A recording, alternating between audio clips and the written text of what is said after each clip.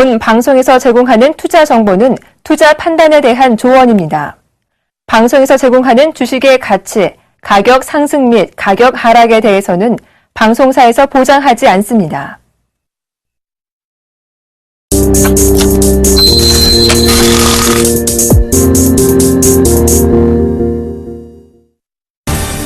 일본이 내달 17년 만에 소비세 인상을 앞두고 있어 세계 금융시장이 일본의 경기 둔화 가능성과 일본은행의 추가 경기 부양책 여부에 주목하고 있습니다. 특히 한국 시장은 소비재 인상 결정을 이끌어낸 아베노믹스의 대표적인 산물인 엔저의 영향권 안에 있어 국내 전문가들은 엔화의 향방을 주시하고 있는 가운데 일본의 소비세는 내달 1일부터 5%에서 8%로 3%포인트 인상됩니다. 12월 결산법인의 사업보고서 제출 마감 기한이 코앞으로 다가오면서 주식시장에서 상장 폐지 공포가 점차 커지고 있습니다. 한국거래소에 따르면 완전 자본 잠식, 감사 의견 거절 등 회계 감사 관련 사유로 상장 폐지 위기에 몰린 기업은 유가증권시장 7개사, 코스닥시장 7개사 등 14곳으로 감사 보고서 제출 기한을 넘긴 상장사 6곳과 주식 분포 기준이 미달된 기업 1곳까지 포함하면 최대 21개사가 증시에서 퇴출당할 수 있습니다. 지난달 주요 거시경제 지표가 반락한 것으로 나타나면서 기존의 경기 회복세가 흔들리는 것이 아니냐는 우려가 나오고 있습니다. 생산과 소비, 투자 등이 한꺼번에 감소했다면 경제에 문제가 있다는 신호로 봐야 한다는 것인데 이런 측면에서 정부와 전문가들은 경기 회복세가 유효하다는 데 무게중심을 두면서 일부 약화 가능성을 거론하고 있습니다.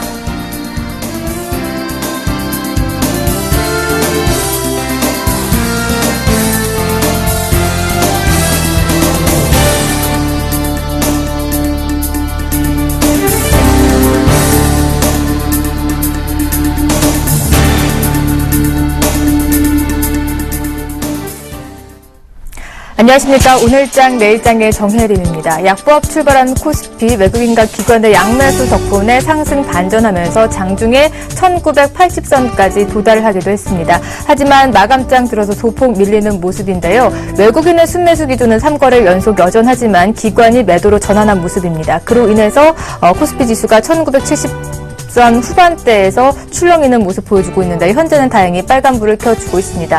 빨간불과 파란불 오가고 있는 가운데 종가는 어떻게 형성될지 지켜보셔야 될 것 같고요. 오전장 약보합권에서 맴돌던 코스닥 오후장 들어서 강보합권으로 돌아선 모습 보여주면서 542포인트 위에서 거래가 되고 있습니다. 오늘 달러원 환율은 월말 내고 물량 출회로 인해서 하락 압력을 받고 있는데요. 현재 1068원대에서 거래가 되고 있습니다. 이어서 금요일에만 만나보실 수 있는 코너죠. 이남용의 투자자들에게 보내는 편지 바로 소개해 드릴 텐데요. 지난 시간에는 롱숏 전략으로 박스권 장세에서 수익률을 극대화시키는 방법 소개해 주셨는데 오늘은 어떤 편지 들고 나오셨을지 궁금해집니다. 바로 만나보죠. 삼성증권 주식전략팀의 이남용 책임연구위원과 함께하도록 하겠습니다. 안녕하십니까? 네, 안녕하세요. 네, 오늘 편지 제목 보니까 박스피 그 속에서 벌어지는 치열한 전투라는 편지 들고 오셨는데 어떤 내용이 담겨 있을지 궁금합니다. 간략히 소개해 주시죠. 네, 지금 아마 그 코스피 차트를 보고 계실 텐데요. 2012년, 2년 한 3개월 전이죠. 그 이후에 이제 한국 증시의 흐름을 보면, 굉장히 좀 그 큰 박스권 흐름 안에 갇혀있다고 보시면 되겠습니다. 한 1850에서 2000선의 박스권이라고 보시면 되는데요. 위아래로 잠시 이탈한 적은 있었지만, 당분간은 이제 그런 박스권이 좀 유지될 것이다. 동기간 동안에 보면은 미국이라든지 유럽, 일본 같은 경우는 굉장히 주가가 많이 상승을 했죠. 예, 그런 면에서 봤을 때, 우리 시장은 이제 그 긴 기간 동안 박스권을, 유지를 하고 있는데, 다만 이제 제가 그 속에서 벌어지는 치열한 전투라는 표현을 쓴 거는, 지금 이제 그 어떤 이 박스권 내에서도, 충분히 이제 그 어떤 종목과 업종을 선택하냐에 따라서, 또 그 충분히 좋은 투자기를 찾을 수 있다라는 의미로 이제 좀 제시를 해드렸습니다. 오늘 시간도 벌써 어떤 내용을 소개해 주실지 기대가 되는데 그렇습니다. 코스피 지수가 박스권 장세에 갇힌 지 어느덧 벌써 3년째 계속되고 있습니다. 이렇게 답답한 흐름이 계속되다 보니까 증권사에서도 박스피라는 말이 회자될 정도인데요. 그렇다면 한국 증시가 이렇게 지루한 박스권을 돌파하지 못하는 이유 어디에 있습니까?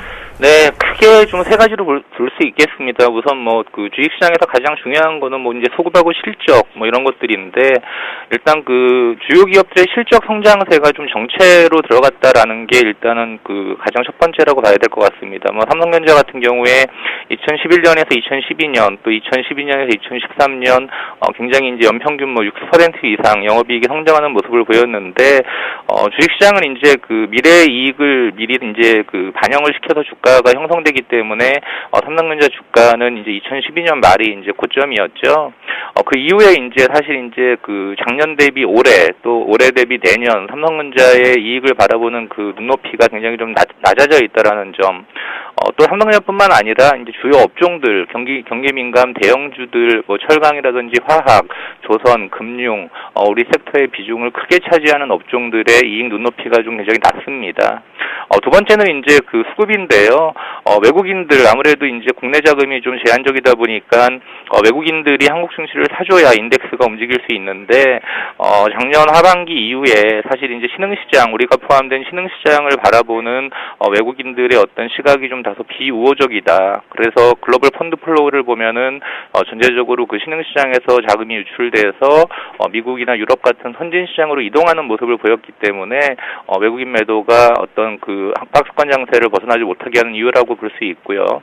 마지막으로는 이제 그 우리 시장과 그 상관관계를 보면 미국보다는 사실 중국 경제와의 좀 상관관계가 높다라고 볼 수 있습니다.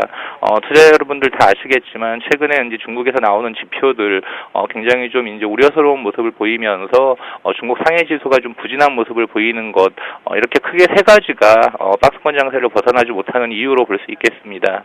네, 주도주 섹터의 부진 그리고 수급이 뒷받침해주지 못하고 또 중국발 우려까지 겹치면서 시장이 박스권에 갇혀 있는데 근데 삼성전자도 연이틀 3% 넘게 오르고 있고요. 오늘도 좀 잘 들어와주는 모습이고 외국인도 오늘 우리 시장까지 들어와준 모습입니다. 또 중국 경기 불확성이 계속된 만큼 경기 기대 부양책 또한 나올 것이라는 기대감이 형성되면서 시장 좀 상방으로 열리지 않을까 싶은데 1950선도 쉽게 뚫었어요. 이렇게 가다 보면 1980선, 2000선까지 좀 쉽게 뚫지 않을까 생각이 되는데 어떻게 전망하고 계신지요?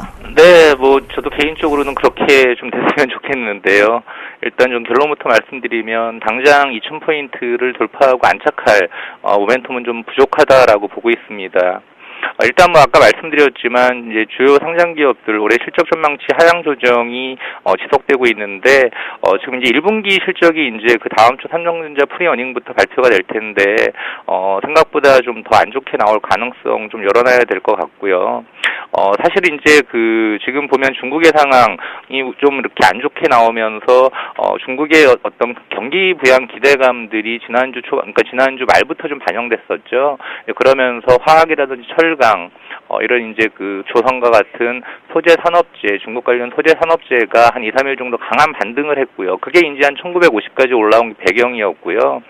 그 이후에는 이제 그 소재 산업재가 좀 쉬는 틈을 타서 저 PBR의 대표 업종이라고 할 수 있는 이제 은행주, 그 다음에 상대적으로 밸류에이션 매력이 높은 삼성전자가 어제 시장 반등을 견인을 했습니다. 이제 오늘 그 모습을 보면은 사실 이제 어떻게 보면은 좀 낙폭과대주 순환매가 이번 주에 가장 큰 이제 시장 반등의 요인이었다라고 볼 수 있는데 그 사이클은 어느 정도 좀 마무리된 게 아니냐라는 생각을 가지고 있고 무엇보다 중국에서 경기 부양책을 지금 크게 내놓기는 좀 어려운 상황으로 보고 있습니다. 지금 부동산 버블이라든지 그림자 금융, 지방 정부들의 부실 이런 이슈들을 봤을 때는 하반기에 집행할 예산을 좀 상반기로 땡기는 그 다음에 이제 일부 소비 부양을 위한 어떤 정책을 내놓는 이 정도 선으로 예상을 하고 있지 어떤 지준율 인하와 같은 그런 강한 정책을 내놓을 것 같지는 않거든요. 예, 그런 관점에서 봤을 때 종합적으로 당장 2000포인트를 돌파하기는 좀 어려워 보이고요. 예, 그렇게 봤을 땐 지금은 여기서는 좀 경기 민감 대형주 추격 매수는 조금 좀 늦추시는 게 좋지 않을까라는 생각을 하고 있습니다. 네, 어닝 시즌도 다가오기 때문에 당분간은 박스권 장세가 계속될 것이다라는 말씀까지 해주셨습니다. 이렇게 코스피가 지루한 모습을 보이고 있다고 해도 분명히 투자 포인트는 있을 것 같은데요. 그동안 박스권 장세에 갇혀져 있어도 업종과 종목 간 치열한 전투가 있었다고 하지 않으셨습니까? 오른 종목도 분명히 있을 텐데요. 네, 아마 지금 표를 통해서 2012년 이후 업종별 수익률을 보고 계실 겁니다. 아까 제가 그 차트에서 보여드렸지만, 동기간 동안 코스피는 1850에서 2000포인트의 박스에 갇혀 있었던 반면에, 업종별로 보면 수익률 격차가 확연하게 나타납니다. 대표적으로 이제 NHN 중심의 이제 소프트웨어 업종 같은 경우는 동기간 동안 한 64% 정도 상승을 한 반면에, 건설 업종 같은 경우는 30% 정도 하락을 했고요. 한국전력이 포함되어 있는 유틸리티 업종 같은 경우가 동기간 50% 정도 상승을 했고, 또 화학, 중국 관련 대표주라고 할 수 있는 화학 업종은 한 25% 하락을 했습니다. 시장은 플랫하게 어떻게 보면은 인덱스는 그냥 제자리에 있었다라고 볼 수 있는데, 어떤 업종, 어떤 종목을 선택했냐에 따라서 수익률 격차가 거의 1등과 꼴등 같은 경우는 거의 90% 이상, 100% 가까운 차이가 나거든요. 이런 이제 차별화 요인들이 왜 나타나고, 그런 것들이 어떻게 진행이 향후에도 될 것인가를 판단하셔서, 결국은 종목 선택을 어떻게 하냐, 이런 것들이 시장은 비록 움직이지 못할지라도, 수익률을 좌우할 수 있는 가장 중요한 요인이라는 점을 좀 이 과거의 어떤 데이터를 통해서 좀 명심하시고 앞으로 종목 투자하시는데 좀 참고를 하셨으면 좋겠습니다.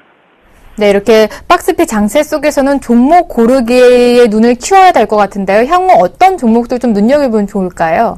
네, 아까도 말씀드렸지만 일단 중국의 어떤 경기 부양 정책 기대감은 조금 이제 선반영됐고, 여기서 추가적으로 좀 강한 반등은 좀 나오긴 어려울 것 같습니다. 저희가 봤을 때는 어쨌든, 지금 이제 다음 주로 넘어가면 1분기 본격적인 실적 시즌으로 넘어간다. 그래서, 시장의 관심은 일단 낙폭과대주 순환매가 마무리된 상태에서 다시 주요 기업들의 실적으로 눈높이가 이제 이전이 될 것이기 때문에, 결국은 철저하게 이제 4월 달에는 실적에 기반한 투자를 하셔야 되는데요. 지금 저희가 이제 각종 데이터를 좀 분석을 해보면, 실적이 가장 견조할 걸로 보이는 쪽은, 자동차, 그 다음에 반도체, 유틸리티 업종입니다. 자동차 같은 경우는 현대차와 현대모비스 대표적으로 보시면 될 것 같고요. 반도체 같은 경우는 최근에 이제 SK 하이닉스가 다소 조정을 보이고 있습니다. 간략하게 말씀드리면, 하이닉스 자체의 어떤 실적이나 성장성 모멘텀은 좋지만, 최근에 이제 낙폭과대주들이 좀 돌아서는 과정에서 IT 대표 좀 저평가라고 볼 수 있는 LG 디스플레이, 삼성전자 쪽으로의 약간 이제 일부 교체 매매가 일어나고 있는 과정이거든요. 그 과정의 조정으로 보고 있기 때문에 지금 37,000원대에선 좋은 매수 기회라고 보고 있고요. 마지막으로 이제 유틸리티 대표주인 한국전력, 작년에 이제 전기료 한 9.4% 인상, 또 올해도 전기료 인상 모멘텀이 있기 때문에 지금 주가 수준 37,000원 정도면 가장 실적 모멘텀이 좋은 종목으로 보고 있기 때문에 대형주 중에 무리 없이 매수하셔도 되는 종목으로 추천해 드립니다. 실적에 기반한 종목에 투자해 보되 연구원님은 자동차, 반도체, 유틸리티 종목군들 지켜본다고 말씀해 주셨습니다. 마지막으로 투자자들에게 해주고 싶은 말씀 있으면 해주시죠. 네, 짧게 말씀드리면, 일단 시장, 지금 가장 아마 궁금해하시는 부분들이, 낙폭과제 대형주들이 한번 돌았는데, 과연 여기서 더 오를 수 있을 것이냐, 또 인덱스가 2000포인트 이상 올라갈 수 있을 것이냐, 이제 이런 기대감들을 좀 많이 가지시는 것 같습니다. 하지만 이제 여러 가지 수급적인 요인이라든지, 실적의 상황, 그 다음에 글로벌 요인들, 또 미국 시장이 또 최근에 좀 조정권에 들어갔다는 것 좀 부담 요인이거든요. 이런 걸 종합해 봤을 때는, 여기서 이제 좀 경기 민감 대형주들에 대한 추격 매수는 조금 피하시는 게 좋을 것 같고, 오히려 이제 그동안 이번 주 경기 민감 대형주들이 올라가는 동안에, 상대적으로 이제 좀 조정을 받았던 옐로우 칩들이 있습니다. 실적이 상당히 좋고 성장성이 있는 옐로우 칩들이 좀 조정을 받았는데, 대표적으로 CGV라든지, 코웨이라든지, KCC, 이런 종목들을 저희는 이제 그런 옐로우 칩의 대표주로 보고 있거든요. 그래서 아까 말씀드렸던, 실적 개선 대표주들, 대형주들 외에 좀 중소형 옐로우 칩에 관심이 있으신 분들은, 요 세 종목 정도 관심 있게 보셔도 될 것 같습니다. 네, 마지막으로 중소형 옐로우칩 종목까지 눈여겨보자라는 당부의 말씀까지 해주셨습니다. 오늘 말씀 고맙습니다. 네, 감사합니다.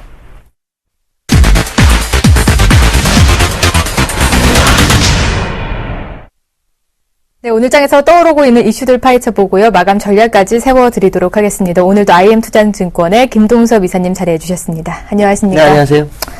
네, 오늘은 연준 얘기부터 해보도록 하겠습니다. 연준발 자산 버블 경고가 연이어서 계속 나오고 있는데요. 그 이유가 어디에 있는지부터 짚어보죠. 자산 버블은 예전에 과거에 보면은 금리 인상 시점이 늦어질수록 자산 버블이 일어났었다고 합니다. 그래서 과거에 5% 정도, 5% 정도 냈었던 것이 5.25까지 올리는데 약 2년이 걸렸다고 합니다. 그 사이에 대규모 버블이 나서 닷컴 버블이 났었던 그런 시점이 있었기 때문에 금리 인상 시점이 늦어지면 늦어질수록 자산 버블은 일어날 것이다라는 생각을 시장에 상당히 좀 많이 하고 있습니다. 근데 저는 사실 이 자산 버블이 이 경고로 끝나면 안 되고 자산 버블이 나야 한다고 보는 사람 중에 한 명입니다. 네. 왜 그러냐면 일단 금리 인상을 하려면 시장이 그만큼 좋아진 상태에서 금리 인상을 해야 됩니다. 그렇지 못한 상태에서는 금리 인상으로 해서 주가가 많이 빠질 수 있는 상황이 발생할 수 있어요. 물론 과거에 살아서 금리 인상 시점에 더 주가가 많이 올랐던 것도 있지만 지금은 이제 금리 정상화로 가는 과정이기 때문에 그때하고 조금 다를 수 있는 부분이 있습니다. 특히 2007년도와 지금의 모습을 보면 그 당시에는 지수가 14,000이었는데 금리는 2%대였거든요. 네. 근데 지금 16,000인데 금리가 없는 상태입니다. 그만큼 시장에 유동성이 엄청 풍부해져 있는 상황이라는 거죠. 그렇다면 금리를 정상화하는 과정 속에서 버블은 꼭 있어야 한다라고 보고 있는 거죠. 다만 시장에서는 뭐냐면 예전처럼 한번 버블이 일어났다 버블이 꺼질 때는 급속도로 빠지는 경향이 있기 때문에 이것이 시장에 충격으로 올까봐 이 버블이 나기 전에 미리 금리 인상 시점을 앞당겨야 한다라고 생각을 하는 것 같습니다. 그렇지만 제가 만약에 자네 넬런이라면 버블을 기다릴 것 같습니다. 왜냐하면 버블이 나고 난 다음에 금리 인상을 할 경우에 시장은 별로 이거에 대해서 큰 반응을 안 하고 오히려 둔감할 겁니다. 왜냐하면 내 재산이나 내 주식이 상당히 많이 올라가 있는데 금리 인상한다는 것은 그만큼 경기가 좋아진다라고 판단하지 이거로 인해서 뭐 물량을 팔거나 그러지 않을 거라는 거죠. 그러나 지금은 금리 인상이 만약에 다가왔다 그러면 주가가 올라가야 된다기보다는 오히려 금리 인상에 대한 불안감 때문에 투자를 꺼려 할 수 있는 부분이 생기죠. 그렇다면 2007년도에 2%대의 금리로 다시 시장에 갔을 경우에 그때는 주가가 2007년대 14,000까지 고점인데 14,000을 지킬 수 있겠냐라는 부분이죠. 그러니까 이런 부분도 본다면 자산버블 경고가 나는 것을 생각할 게 아니라 자산이 버블이 나기를 바라는 게 맞다라고 보여주고 있고요. 저는 그래서 이제 이 시장에서 맨날 항상 하는 얘기가 있죠. 버블이 남아있다. 이 버블이 발생하는 시점에 금리 인상이 나와야 한다라고 판단하는 사람 중에 한 명입니다. 그렇기 때문에 지금 어떤 버블 경고는 정확한 시점에 나왔다라고 봐야 될 것 같고, 그렇지만 이것이 지금은 버블이냐 아니냐라고 본다면 지금 버블이 전혀 아니다라고 말씀드릴 수 있을 것 같습니다. 네, 버블이 전혀 아니고 오히려 버블을 좀 기다려 봐야 된다. 두려워하지 말고 라는 말씀까지 주셨습니다. 이렇게 금리 인상 시기를 놓고 갑론을박이 팽팽한 가운데 루비니 뉴욕대 교수가 또 금리 인상 시기가 늦춰지면 버블을 우려하고 있습니다. 그 가능성은 어느 정도나 될까요? 앞에서 말씀드린 거가 거의 이제 연계되는 내용 중에 하나인데요. 저는 이 버블이 만약에 지금 시장에서 나오는 시점이 좀 가까워요. 네. 원래는 이제 2016년도 정도가 네. 이제 예상이 됐어는 좀 빠릅니다. 근데 이게 늦춰진 버블이 상당히 좀 날 거라고 보여지겠습니다. 저는 이 미국을 우리 버블 가능성에 대해서 지수로 본다면 거의 19,000대 정도로 보고 있거든요. 그러니까 지금 지수 레벨이 약 3,000포인트 네. 이상은 더 올라가야 한다라고 보는 사람 중에 한 명이기 때문에 이런 부분으로 본다면 금리 인상 시기가 늦춰진다라는 것은 버블 가능성이 굉장히 높다라는 거에 대해서는 우리가 생각을 해야 된다는 거죠. 좀 아쉬운 것은 연준이 금리 인상 시점을 너무나 까발려나 버렸기 때문에 이게 지금 걱정인 겁니다. 그래서 오히려 솔직히 한편으로 그런 생각도 합니다. 오히려 잘 됐을지도 모르겠다. 왜냐하면 시점이 불확실성이 있으면 버블을 내려고 하는 어떤 투자가들 입장에서는 좀 시간을 보면서 했을 텐데 이제는 시간이 딱 정해져 있다는 거죠. 올해 하고 빠르면 내년 3월, 늦으면 내년 6월이니까 거기에 포인트를 맞춘다 그런다면 올해 2014년도가 버블장이 올 수 있다는 생각을 한번 해봐야 된다라는 거고, 금리 인상 시기가 늦춰지면 당연히 버블이 올 거라는 그 가능성은 거의 100%의 확률이 있다라고 네. 봐야 될 것 같습니다. 우선 버블이 먼저 온 다음에 금리 인상이 이루어지는 게 최적의 시나리오인 거죠? 그렇죠. 네, 그렇다면 시장과 또 연준이 생각하는 금리 인상 시기가 또 다를 것 같습니다. 어떤 차이가 있나요? 이게 좀 아쉽죠. 시장은 사실은 늦춰지기를 바라고 있는 것 같습니다. 최대한 돈이 많이 돌기를 좀 바라고 있는 네. 거죠. 사실은 이 금리가 낮으면 그 돈을 빌려서 투자를 하거든요. 근데 이게 시간이 많은 말수록 이 좋은 상황이죠. 그래서 시장에서는 뭐 골드만삭스도 얘기한 게 뭐냐면 금리 인상이 2016년도에 진행이 돼야 한다 이런 얘기를 하거든요. 그러니까 그만큼 시간이 많으면 그들이 어떤 시장에서 투자 가치로서의 어떤 상당한 이익을 볼 수 있는 시간이 많아지는 거죠. 근데 만약에 금리 인상이 지금 연준처럼 얘기한다 그러면 이 시기적인 부분에 있어서 봤을 때는 뭔가 좀 맞지 않는다라고 보고 있습니다. 그러니까 일반적인 어떤 투자가들 입장에서는 길어지면 길어져서 좋은 거. 2016년도 초나 중반을 원하고 있는 거고요. 그 다음에 연준이 생각하는 것은 이제 이 2015년도 초중반을 얘기하는 거거든요. 근데 이게 갭이 1년입니다. 이 1년의 갭이 생길 수가 없거든요. 근데 제가 볼 때는 이 시기적인 어떤 차이점에서 본다면 버블의 빨리 오느냐 늦게 오느냐 차이점이라고 보시면 될 것 같습니다. 그러니까 버블이 빨리 올 것 같으면 연준이 지금 하는 시점에서 하는 게 맞고요. 버블이 늦게 올 거다. 지금은 이제 어느 정도 상승하다가 내년 정도에 버블이 올 거다 그런다면 그 버블은 금리 인상 시점이 늦어진 경우에 나타날 것이다라고 봐야 되겠죠. 네. 근데 이제 일단 제가 볼 때는 이 금리 인상에 대한 시점의 그 차이점은 결국 투자가들이 시장에서 얼마나 오랜 기간 장기 저리로 시장을 위해서 투자를 할 것이냐에 대한 그 차이점일 것이고, 이것은 이제 결국 이제 부동산이라든가 이런 부분에도 상당히 영향을 좀 미칠 수 있습니다. 그러니까 우리나라 같은 경우에는 상당히 좀 부담이 되죠. 왜냐하면 금리 인상 시점이 빨라지면 그 부동산 어떤 매매가 굉장히 늦춰질 수 있는 그런 상황이죠. 그러니까 사실 우리나라가 작년에 금리 인하를 좀 해줬어야 합니다. 그리고 작년에 이 주택 거래가 상당히 많아진 다음에 올해 정도에서 이제 금리 인상 시점이 되면서 이제 주택 거래가 약간 소강 상태가 들어보드는 그런 상황이 됐어야 되는데 1년을 놓쳐버렸죠. 어쨌든 제가 이제 말씀드리고 싶은 건 뭐냐면 이 금리 인상 시점이 어떤 시장과 연준의 1년의 갭이 시장에는 버블을 앞당기냐 늦추냐에 대한 싸움, 그 차이점일 것이다라고 보시면 될 것 같습니다. 네. 이렇게 시장과 연준에서도 갭 차이가 1년 이상인데 연준은 2015년에 1%, 2016년에 2%로 바라보고 있고요. 찰스 플러스 연은 총재는 2016년에 4% 정도로 바라보고 있는데 의견이 엇갈리고 있습니다. 누구의 말을 받고 적절한 타이밍은 언제라고 생각하시나요? 만약에 찰스 플러스가 얘기한 것처럼 연준의 그 금리가 4%가 2016년에 된다면 네. 부동산 다 팔아야죠. 얼른 다 팔아야 됩니다. 왜냐하면 지금 고정금리로 산 사람은 상관없지만 보통 다 연동금리거든요. 4% 정도 뛸 정도 되면 우리나라의 주택 소유자들은 굉장히 어려운 건 사실입니다. 그래서 저는 찰스 플러스가 왜 4%를 얘기했을까에 대한 부분인데, 이건 제가 엊그저께 한번 얘기했을 것 같습니다. 자넷 옐런의 그 의견의 물타기 작업이었을 수도 있다라고 생각하는데, 과거에 폴 보커 그 연준 총재가 있을 때는요, 정말 1%씩 올랐다고 합니다, 1%씩. 그래갖고 순식간에 뭐 5, 6%가 돼버리니까 시장에 패닉이 왔다라고 그랬었거든요. 근데 제가 볼 때 찰스 플러스가 만약에 4%를 2016년에 4%다. 이 얘기를 하는 순간 이건 한편으로 이런 생각이 듭니다. 야, 그 사이에 버블이 크게 날 수도 있겠다.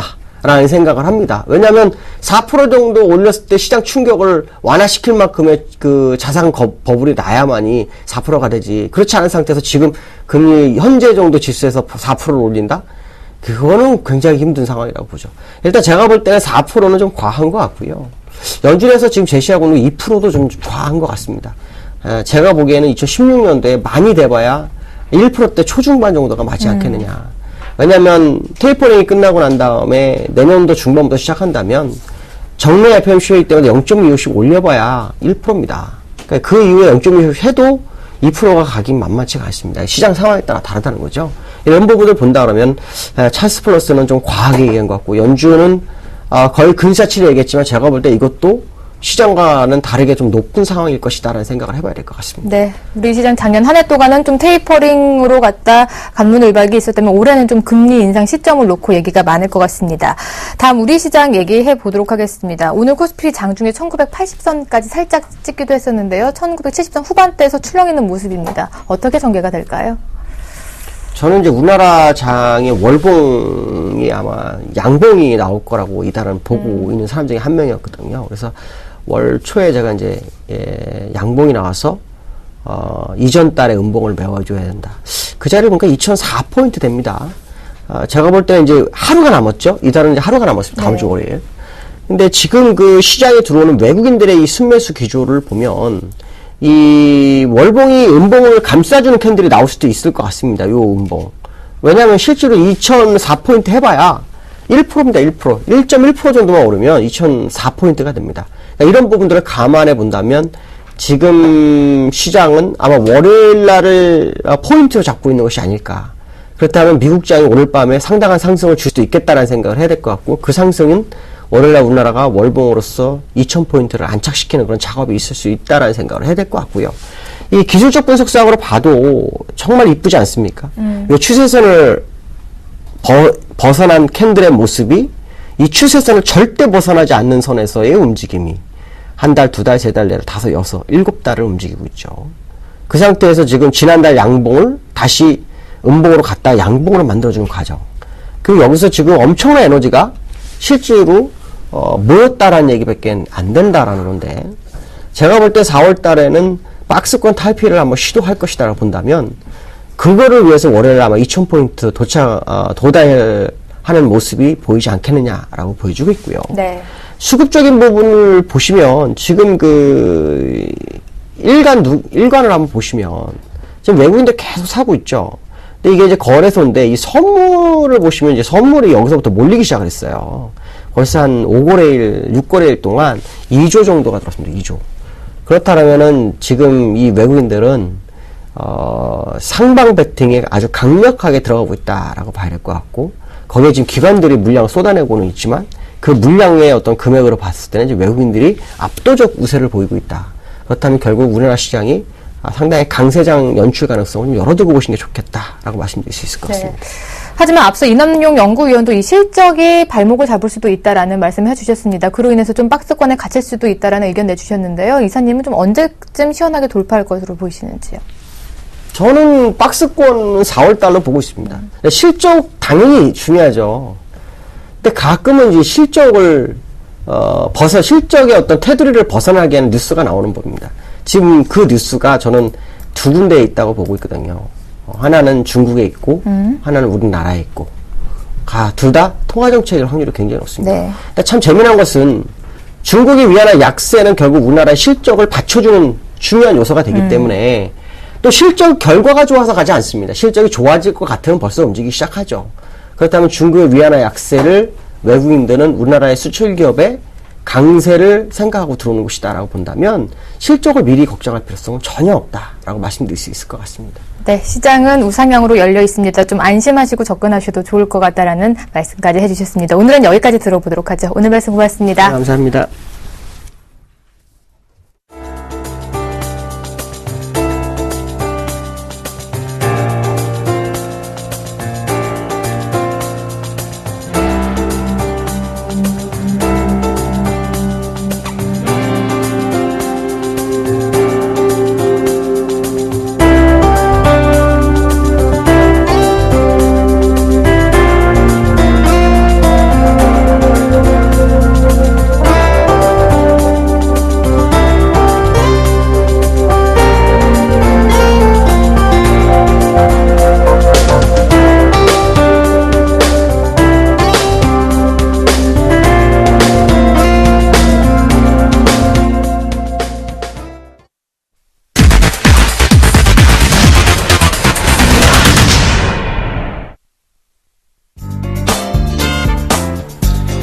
안녕하십니까, 나무는 멘토입니다.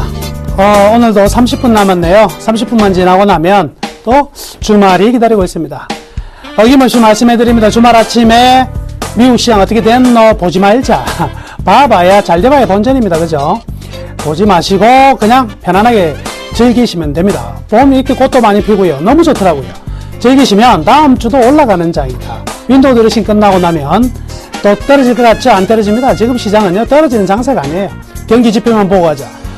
중요한 것은 역시 우리 한국의 경기 선행지표, 동행지표가 계속 상승 추세에 있다는 거. 이거 잊으시면 안 돼요.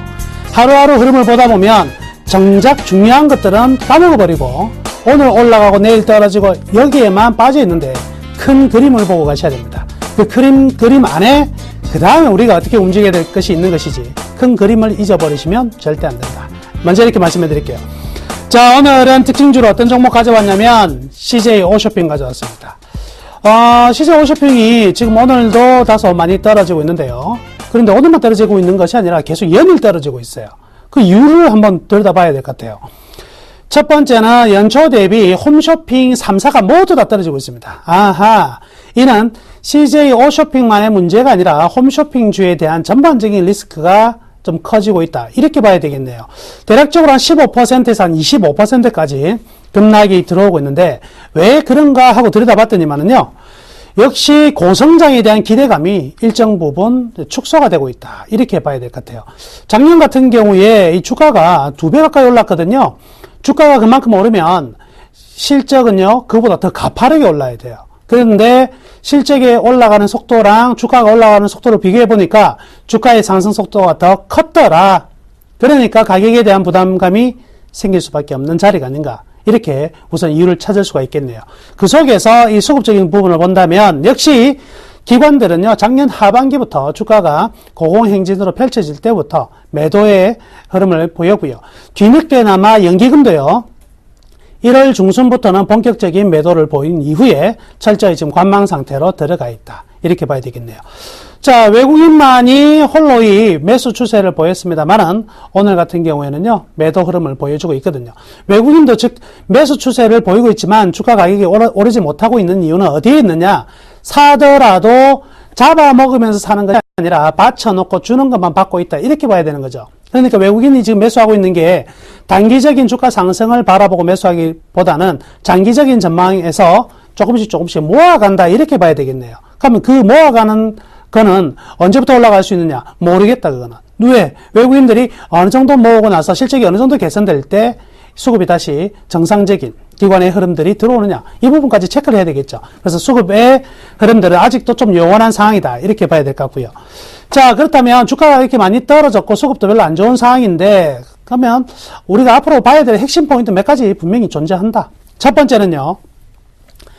자, 정부에서요, 이 중소기업 제품 일정 편성 비율을 계속 높여라라고 압박을 넣고 있습니다. 그래서 현재 한 63%대인데 조금 더 한 70%까지 올려달라는 이제 내심이 보이고 있고요. 그렇다고 본다면 이 홈쇼핑 관련 종목들이 전부 다 중소기업 제품을 좀 더 올리게 되면 최근에 이제 작년과 재작년 히트 쳤던 부분들은요, 이 스마트 제품도 있었지만 대부분의 경우가 의류 그리고 고가 명품들 가지고 수익 내는 부분이 굉장히 많거든요. 왜냐하면 마진폭이 크기 때문에 그렇습니다. 근데 중소기업 같은 경우에는 마진폭을 크게 가져가기가 분명히 힘들겠죠. 이 부분에 대해서 좀 압박을 받을 수 있는 내용은 분명히 있을 것이고요. 이거를 이제 무엇으로 극복을 해야 되느냐? 바로 이 모바일 비중으로 이제 극복을 해야 됩니다. 자, 모바일 같은 경우에는 작년 성장세 굉장히 두드러졌거든요. 인터넷으로 인한 주문은 많이 줄었습니다. 오히려 모바일 주문이 굉장히 많이 늘었는데 문제가 아직까지 모바일이 이제 막 작년부터 자리를 잡다 보니까 영업 손실폭이 꽤 있었거든요. 이 영업 이익이 굉장히 작았어요. 그렇다고 본다면 크게 매력 없지 않냐라고 볼 수가 있겠는데 이제 작년이 어떤 구축을 하는 데에 대한 카펙스 투자가 이루어졌다고 본다면 올해부터는 이제 이익을 낼 수 있는 자리는 분명히 잡아두었다. 이 부분은 우리가 계속 관찰해 봐야 될 부분이 되겠네요. 자, 그러면 일단 앞으로의 전망을 이제 보면은요. 올해는 여튼요. 올해도 성장은 분명히 가능할 것 같습니다. 그래서 14면 매출은요. 1조 4천억 정도 될 것 같고요. 영업이익은 한 1,800억 원 정도 나올 건데 여기에서 제 영업이익이 관여를 많이 할 부분은 바로 이 모바일 부분입니다. 모바일 부분이 약 한 80% 정도 성장할 것으로 판단되는데요. 80% 성장을 할 때 거기 안에서 얼마만큼 영업이익을 내느냐가 관건이거든요.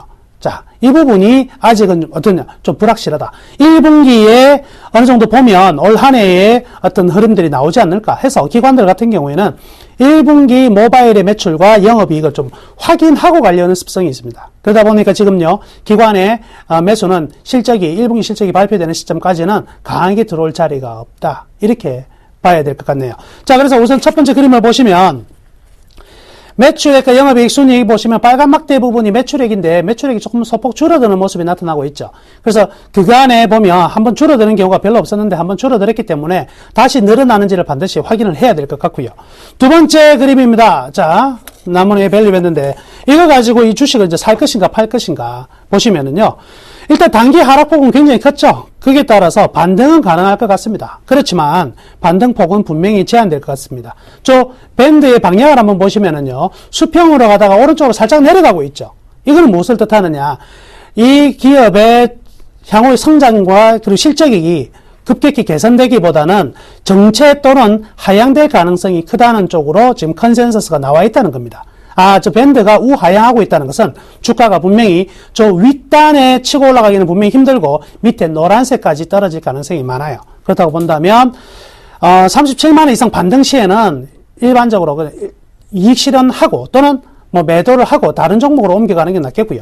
궁극적으로 한 4만원까지 하락 가능성 분명히 있으니까요. CJ 홈쇼핑 같은 경우에는 반등 시마다 물량을 축소하고 적어도 1분기 실적이 발표되는 4월 중순 이후에 다시 한번 우리가 평가를 해야 되지 않겠나. 이렇게 말씀해 드리도록 하겠습니다. 자, 이번 주 일요일에는요, 여러분들이 저하고 만날 수 있는 방법이 두 가지가 있습니다. 서울 인근에 사신 분들은요, 일요일 날 여의도로 오시면 돼요. 오후 2시에 오시면 저와 함께 다음 주 전략 이렇게 한번 세워볼 수 있는 시간을 가질 수가 있을 것 같고요. 서울 인근이 아니신 분들은요, 전국에 계신 분들은 밤 9시에 오시면 되겠네요. 어디로 오시면 되냐면 샘플러스 방송으로 들어오시면 제가 무료 인터넷 방송을 통해서 여러분들과 함께 하도록 하겠습니다. 그래서 일요일은 지방이든 서울이든 여러분하고 저하고 만날 수 있는 좋은 기회가 있으니까요. 많이들 참석하셔가지고 좋은 이야기, 좋은 전략들 세워갔으면 좋겠습니다. 감사합니다. 주말 잘 보내십시오.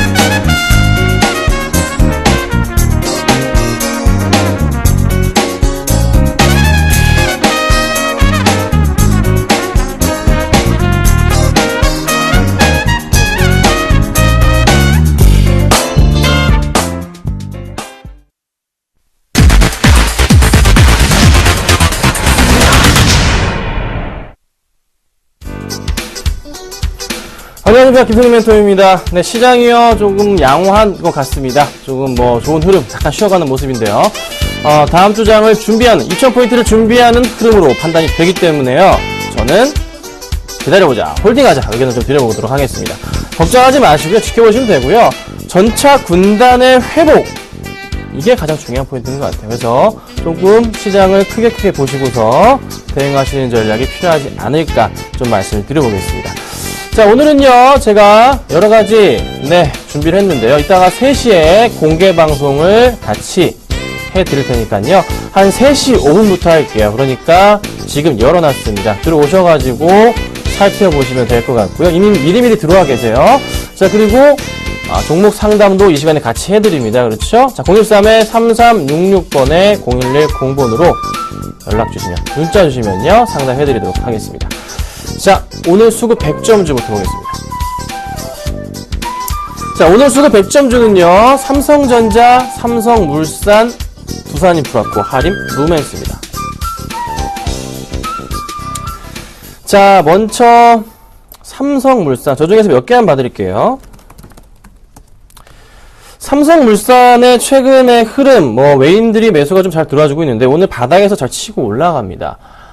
제가 이 종목 말씀을 드리는 게요, 제가 주로 보고 있는 그 흐름에 대한 부분과 많이 비슷하기 때문에 조금 제가 골라와 봤어요. 또 수급도 오늘 좋았고요. 차트 같이 보시겠습니다. 자, 차트를 보니까요, 항상 말씀드리는 그런 포인트들, 여러분들이 잘 알고 계시는 그런 포인트들이 눈에 들어옵니다. 그렇죠? 이 바닥에 대한 부분 인식과 함께 반등을 점점 높아가는 포인트가 눈에 들어옵니다. 그렇죠? 여기서 라인을 따라 보자면 요 그림이 딱 맞아 떨어지네요. 그렇죠? 딱 맞아 떨어지죠. 그러면서 반등을 주고 있어요. 외인들의 수급. 그럼 어디까지 갈 수가 있을까요? 어디까지? 그냥 간단하게 첫 번째 고점 포인트부터 시작해서 라인을 잡고요.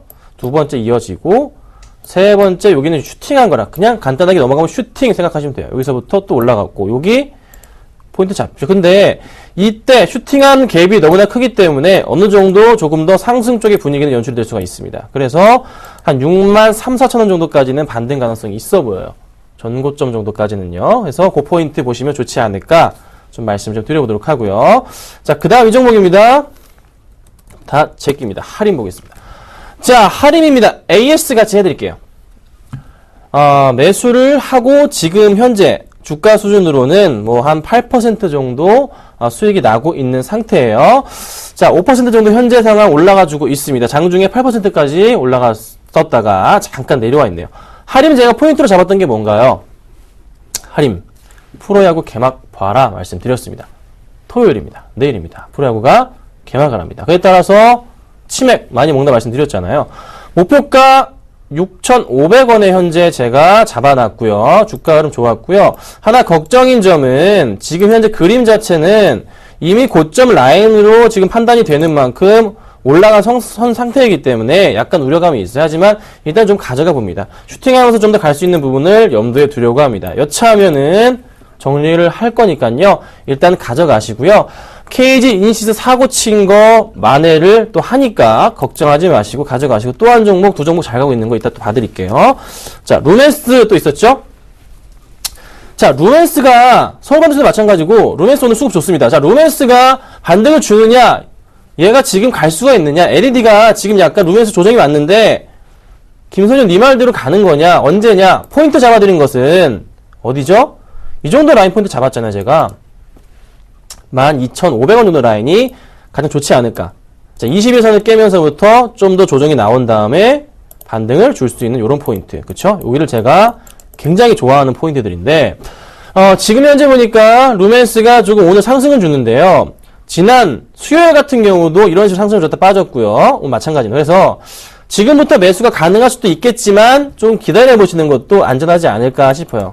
오히려 좀 안전하게 볼 수 있는 구간이 12,500원 라인 깨지는 구간이기 때문에 그 포인트가 가장 좋을 것 같습니다. 그래서 오늘 수급 좀 좋지만요. 기다려보자. 이렇게 제가 설명을 좀 드려보도록 하겠습니다.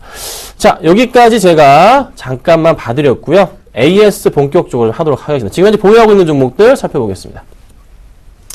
할인이고요. 이게 1시 반 정도 기준입니다. 지금 현재 주가랑은 약간 틀리다는 거 참고하시길 바랄게요. 할인이 한 8% 정도 수익 중이고요. 대조선해양이 1% 정도, 삼성테크인은 마이너스 1% 정도고요. 원익 IPS가 4% 정도 수익 중에 있습니다. 자, 다음 보자면요. 삼천리자전거가 2.5%, 그리고 인시스가 마이너스 5.9, 한정기술이 플러스 2%인데, 자, 수익률이 다 더하면 7.4입니다. 근데 이거 아니에요. 왜죠? KG 이니시스를요, 제가 10% 추가 매수했기 때문에 7.4에서 마이너스 5.9% 빼야지만 진정한 수익률입니다. 거짓말 안 하고 하나 안 보태서 다 정리하고 나면요. 1.5%가 아니라 1.5에서 또 몇 종목이 들어가 있습니까? 7종목이죠.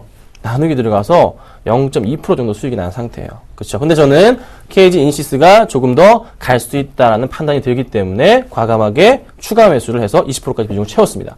자, 원칙 말씀드리는 거 아시죠? 10%씩, 10%씩, 10%씩. 하림이랑 원익 IPS랑 다 메꿔주잖아요. 어느새. 다 메꿔줍니다. 안전하게 제가 운영하고 있다는 거 아시겠죠? 여러분, 따라오셔야 됩니다. 이따 공개방송에서도 재밌는 얘기 많이 드려보도록 할 테니까 보시고요. 자, 아까는 할인 해드렸고요.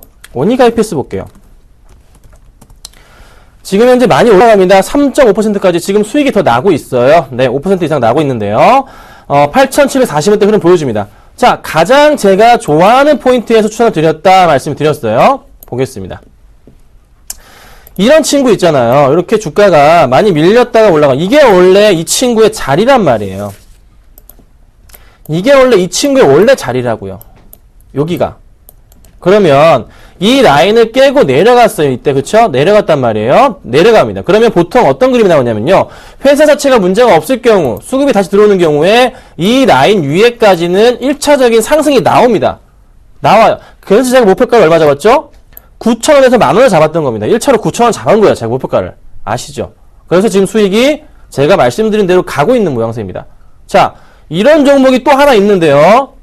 다음 주에 추천 드릴 겁니다. 기다리시면 되고요. 그리고 원익 IPS도 조금 더 상승 쪽으로의 분위기 자체가 나올 가능성이 있어요. 네. 수급은 거짓말을 하지 않습니다. 그래서요, 제가 말씀드리는 거고, 꾸준하게 상승을 줄 수 있는 그런 흐름, 하락이 오더라도 다시 상승 쪽으로 전환될 수 있기 때문에 항상 수급주들은 기억하시고 대응하시면 될 것 같고요. 자, KG인시스는 걱정이 필요 없습니다. 공개방송도 말씀드리도록 하고요. 올라가는 거 잠깐 볼게요. 한전기술 2% 가까이 수익 중에 있습니다. 자, 한전기술도요, 바닥에서 치고 간단 말이에요. 자, 현재 차트를 보자면 어떤 생각이 드세요? 이 바닥에서 치고 가는구나 느낌 딱 맞아 떨어지시죠? 여기 바닥에서 잘 갑니다. 그쵸? 자, 이거 본다고 말씀드렸는데 일봉이 아니라 제가 뭐 본다고요? 주봉상으로 크게 본다 말씀드렸습니다. 뭐요? 고점 요 포인트, 고점 포인트, 고점 포인트, 고점 포인트 라인 윗꼬리 달린 거 빼고 이어봤을 때 맞아 떨어지죠? 윗꼬리 슈팅이니까요. 자, 그러면 이 친구 이 갭을 메우면서 갈 거예요. 자, 대신에 아까 이건 주봉이고요. 일봉으로 들어갔을 때 일봉상 확대 들어가면요. 자, 이렇게 바닥에서 어떻게 간다고요? 평행하게 갈 건데 지금의 주가 상태 흐름이 고점처럼 보이긴 합니다. 근데 아까 제가 뭐라 말씀드렸죠? 오랜만에 하나 더 공개하는 겁니다. 가운데 큰 갭이 발생하면서 슈팅이 좀 오래됐다. 그러면 이 정도 갭 정도는 절반 정도까지 올라갈 가능성이 있고요. 그래서 이게 약간 올려줘도 됩니다. 올려줘도 돼요. 그래서 제가 목표가를 좀 더 올려놓은 거고요. 상승 쪽의 분위기. 그리고 아까 주봉상으로도의 갭을 본다면 얼마죠? 여기가 한 8만원, 7만 5천 이상까지 갈 수 있기 때문에 일봉상으로도 가능하지 않을까. 전고점 뚫고 갈 가능성이 있습니다. 그 포인트를 기억하시고 가면 되지 않을까 말씀을 드려볼게요.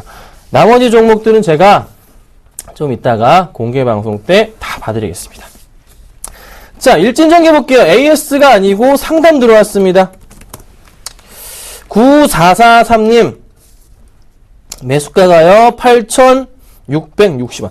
자, 이거 일진전기요 저희 먹었던 종목이에요. 네, 잘 먹고 나왔습니다. 수익률이 꽤나 났어요. 언제 팔았습니까?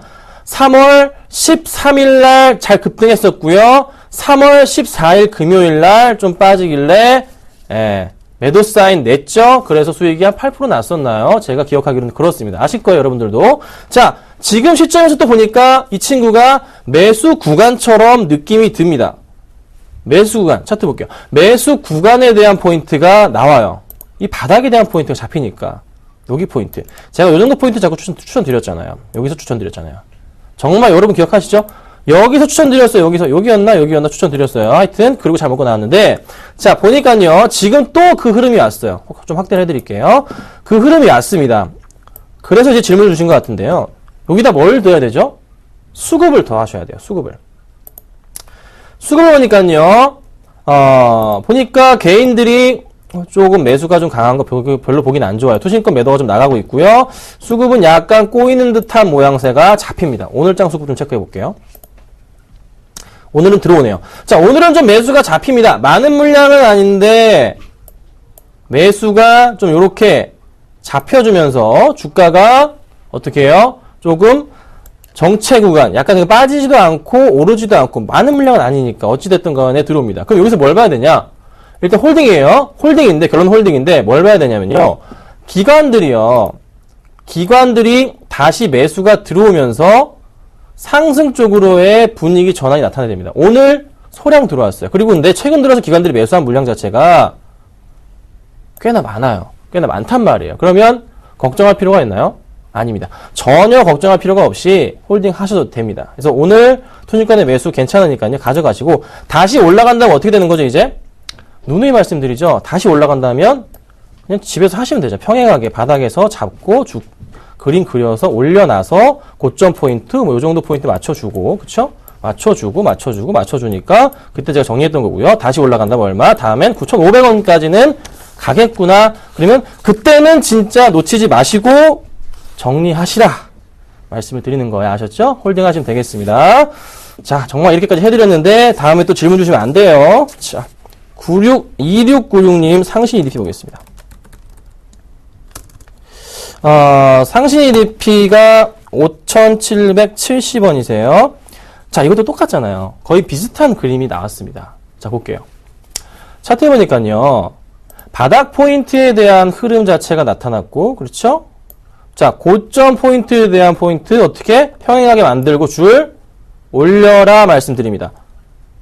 딱 보이세요? 그러니까 얘가 여기는 여기가 고점인지 몰랐지만 그 다음 라인부터는 여기가 고점이구나 라인이 생각이 들 정도로 라인상에 정확하게 맞아 떨어집니다. 그렇죠? 바닥에서 맞아 떨어지잖아요. 제가 이거 가지고 거의 틀린 적이 없어요. 거의 잘 맞아 떨어지잖아요. 그러면 보세요. 여기서부터 여기 올라가고 쉬었다가 여기서 매수할 수 있는 좋은 구간이었죠? 올라가서 윗꼬리 달려주죠? 윗꼬리 있죠? 그렇죠? 보이시죠? 떨어집니다. 그러면 매수가가 5,770원이시면 약간 위험하게 요 포인트인데 약간 좀 위험하게 매수를 하신 거예요. 그렇죠? 예, 인정을 하셔야 됩니다. 그래서 조정이 좀 나온다면 요 포인트가 잡히니까 5,200원 정도까지 깨졌다가 다시 상승을 줄 수 있겠구나라는 생각이 좀 들고요. 만약에 더 깨지고 내려가면은 무조건 정리해야 되는 구간 자체는 5,000원 라인이 깨고 내려간다면 그때는 손절을 치셔야 됩니다. 요 포인트에는요. 이게 정말 중요한 포인트가 되지 않을까라는 좀 판단이 됩니다. 그래서 그 포인트를 기억하시고요. 수급적인 부분 좀 체크를 해보자면 역시나 그 큰 종목은 아니죠. 최근 들어서 이게 제 기억이 나네요. 갑자기 기억이 나는 게 상담이 들어왔던 종목입니다. 맞아요. 상담을 해드렸었어요. 상담을. 그때 기억이 납니다. 같은 분이신가요? 모르겠는데요. 요 포인트에서 연락이 주셨어요. 요 포인트인데 2월 말이었네요. 그때 5,300원에 물려 계셨던 분인 것 같아요. 그리고 나서 제가 어떻게 말씀드렸냐면은 반등 줄 거다. 대신에 한 매수가위로 좀 올라가면 한 5,400원 되면 정리해라. 예. 그렇게 말씀드렸어요. 정확하게 기억이 나네요. 그렇게 말씀드렸습니다. 자, 그리고 그때 정리를 제발 부탁인데 요 포 정도 포인트 되겠죠? 예. 하셨는지는 모르겠어요. 하지만 다시 상승 쪽으로 먹었다 다시 사셨나요? 그건 모르겠는데 하여튼 조금은 약간 고점에서 좀 매수하신 게 보이기 때문에 기다려 보겠습니다. 기다려서 얼마까지요? 이 라인 깨지 않을 정도까지만 지켜보시면 됩니다. 아셨죠? 꼭 좀 부탁드리도록 하고요. 말씀을 좀 안내 말씀 한 번 더 드려볼게요. 자, 제가 3시입니다. 3시 5분부터 공개 방송을 합니다. 오늘 제가 AS 종목들 전부 다 말씀드릴 거고요. 다음 주에 아까 제가 한 종목 말씀을 안 드린다고 했잖아요. 그 종목 뭔지에 대해서 제가 말씀드릴게요. 굉장히 좋은 종목인데 오늘 종목을 제가 한 3개 정도 풀도록 하겠습니다. 정말 핵심 종목은 2가지를 풀도록 하고요. 핵심 종목 대형주 하나, 소형주 하나 좀 풀도록 하고 이벤트 종목성으로 하나 좀 드릴 테니까요. 들어오셔가지고 다 가져가세요. 가져가시면 되고요. 그리고 제가 이상로 멘토와 같이 합니다. 그래서요. 다음 주부터 또 확실하게 또 재밌는 방송도 하고 하니까요. 꾸준하게 들어와 주시고 또 많은 수익 내드릴 테니까 잘 봐주시면 될 것 같습니다. 아셨죠? 좀 이따가 3시 5분에 뵙고요. 저는 다음 주에 뵙도록 하겠습니다. 감사합니다. 안녕하세요. 서울경제TV 아나운서 강동석입니다. 샘플러스 무료 방송 참여 방법 안내해드리겠습니다. 먼저 첫째, 인터넷 검색창에 샘플러스를 검색해주세요. 둘째, 샘플러스 사이트에 들어오셔서 회원가입을 해주세요. 셋째, 회원가입 후 전문가 방송 배너를 클릭해주세요. 넷째, 원하는 멘토분을 클릭하시면 OK. 멘토님의 무료 강의를 시청하실 수 있습니다. 샘플러스 무료 방송 많은 참여 부탁드리겠습니다. 샘플러스와 함께 성공 투자하세요.